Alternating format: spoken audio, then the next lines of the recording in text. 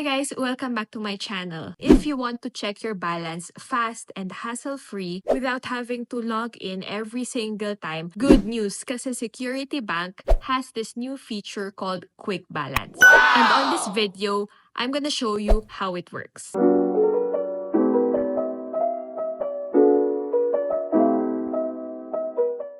Quick Balance helps you check your account balance with just a tap. Hindi na kailangan i-enter yung username and password every time. Perfect for those quick checks before you make a transaction. It's super easy. So if you go to the app, makikita nyo dito Quick Balance.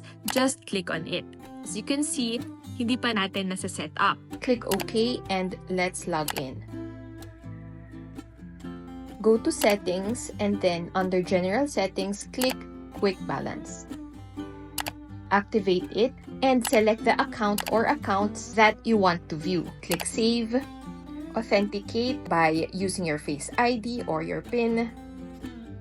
And there you go, enabled na siya. Now, let's test it out. Let's go back and click Quick Balance. And boom, ayan. Kita nyo na agad yung account balance. No login needed. Super fast and super convenient. And before you ask, is it safe? Yes, Quick Balance only displays your balance. Hindi yung transactions or full details of your account. Plus, secured pa din siya with your device's authentication methods like fingerprint or Face ID. So, if you're a Security Bank user, go activate Quick Balance. It's one of those small features that make online banking more convenient. I hope you found this video helpful. Don't forget to like it, subscribe to my channel, and hit the notification bell. Thank you guys for watching. Bye!